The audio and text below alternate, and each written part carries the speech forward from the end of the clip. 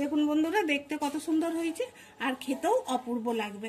আর এই রেসিপিটা গরম ভাতের সঙ্গে খেতে খুব সুন্দর লাগবে, তাছাড়া রুটি দিয়েও খেতে এটা ভালো লাগবে। নমস্কার বন্ধুরা, সানদীর রান্নাঘর তরফ থেকে আপনাদের সবাইকে স্বাগত জানাচ্ছি। চলে এসেছি প্রতিদিনের মতো আবারও নিত্য নতুন একটি রেসিপি নিয়ে।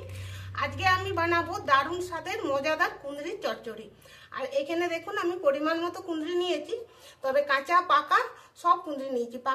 পেকে যাওয়া কুঁদরিগুলোও কিন্তু আমি ফেলিনি। এটা বেশি পেকে গেছে, এটা কিন্তু আধ পাকা হয়েছে, কিছু কাঁচাও আছে। এবার আমি এই কুঁদরিগুলোকে একটু সিদ্ধ করে নেব।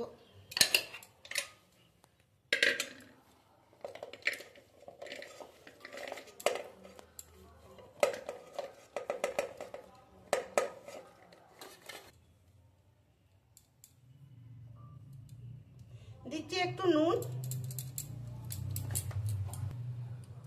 একটু হলুদ,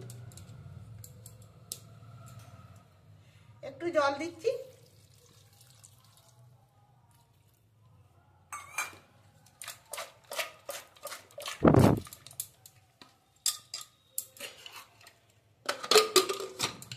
এবার এটাকে আমি সিদ্ধ করে নিচ্ছি। এটা সিদ্ধ হোক, ততক্ষণে বাটার জিনিসগুলো আমি রেডি করি। এখানে আমি মশলা নিয়েছি, এই চামচের হাফ চামচ নিয়েছি গোটা ধনে, হাফ চামচের থেকে একটু বেশি আছে সর্ষে, হাফ চামচ জিরে, অর্ধেকটা পেঁয়াজ, 1 ইঞ্চি আদা, টমেটো একটা, 2টো কাঁচা লঙ্কা আর রসুন। এগুলো সব আমি বেটে নিচ্ছি, তবে লঙ্কাটা আপনারা পরিমাণ মতো করে নেবেন। এবার আমি গ্যাসের মধ্যে কড়াই বসিয়ে দিয়েছি। এখানে নিয়েছি কিছু 5 ফোড়ন, এগুলোকে আমি ভেজে নিচ্ছি। এগুলো হালকা আঁচে ভেজে নিতে হবে। হালকা আঁচে ভাজলে খুব সুন্দর একটা সেন্ট বেরোবে আর খুব সুন্দর ভাজাও হবে। বেশি আঁচে ভাজলে কি হয়, উপরটা পুড়ে যায়, তার ফলে এটার গন্ধটা ভালো লাগে না। এরকম বন্ধুরা, এটা ভাজা হয়ে গেছে, কালারটাও চেঞ্জ হয়ে গেছে আর খুব সুন্দর একটা সেন্টও বেরিয়েছে। এবার আমি নামিয়ে নিচ্ছি।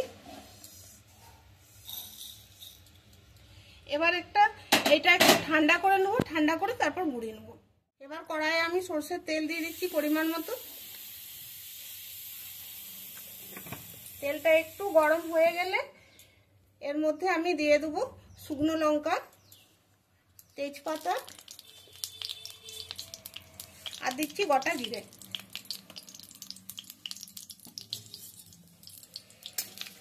এগুলো একটু ভাজা ভাজা করে নিচ্ছি। এগুলো ভাজা হয়ে গেছে। এবার আমি দিয়ে দিচ্ছি হলুদের গুঁড়ো। গ্যাসের আঁচটা একদম আমি কমিয়ে রেখেছি। এবার আমি দিয়ে দিচ্ছি বেটে রাখা মশলা।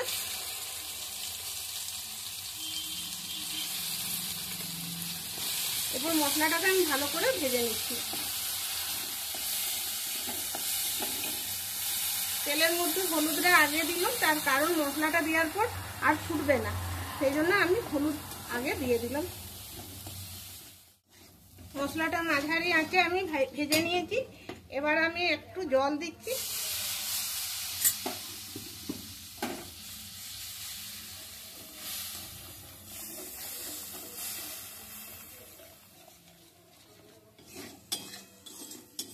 বন্ধুরা, যারা কুঁদরি খেতে ভালোবাসেন না, আজকের এই রেসিপিটির ভিডিওটি দেখবেন, একবার হলেও বাড়িতে বানিয়ে খাবেন, দেখবেন খেতে খুব সুন্দর লাগবে।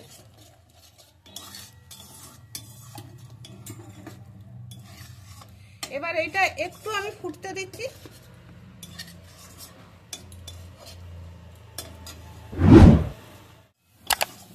জল দেওয়ার পর মশলাটা ভালো করে আরো একবার আমি কষিয়ে নিলাম। এবার যে কুঁদরিগুলোকে আমি সিদ্ধ করে রেখেছি, সেই কুঁদরির জলটা আমি ফেলে দিয়েছি, ওই জলটা আমি ব্যবহার করব না। এবার এই কুঁদরিগুলো মশলার মধ্যে ঢেলে দিচ্ছি।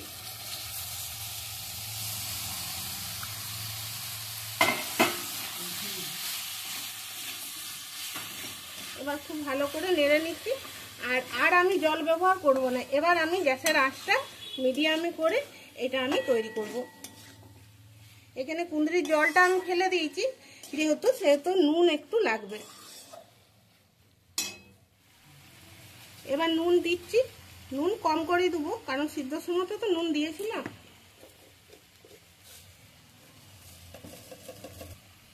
হাফ চামচ চিনি,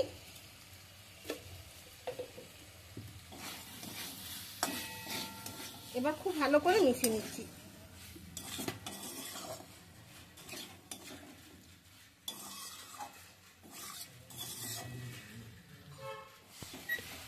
এই দেখুন বন্ধুরা, চচ্চড়িটা এইরকম অবস্থাতে এসছে।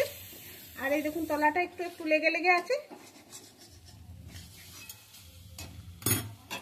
এবার আমি দিয়ে দিচ্ছি যে মেথিটা আমি ভেজে গুঁড়ো করে রেখেছি সেইটা, তবে এতটা আমি দেবো না, পরিমাণ মতো দিচ্ছি। এটা রেখে দেবো, আরও কোনো রেসিপিতে আমি ব্যবহার করব। ভাজা মশলাটা দেওয়ার পর আর বেশিক্ষণ কষবো না, গ্যাসটা আমি অফ করে দিচ্ছি। বন্ধুরা, আজকের এই রেসিপিটি ভালো লাগলে লাইক শেয়ার কমেন্ট করবেন আর চ্যানেলটিকে সাবস্ক্রাইব করতে ভুলবেন না। এবার আমি একটা প্লেটের মধ্যে নিচ্ছি।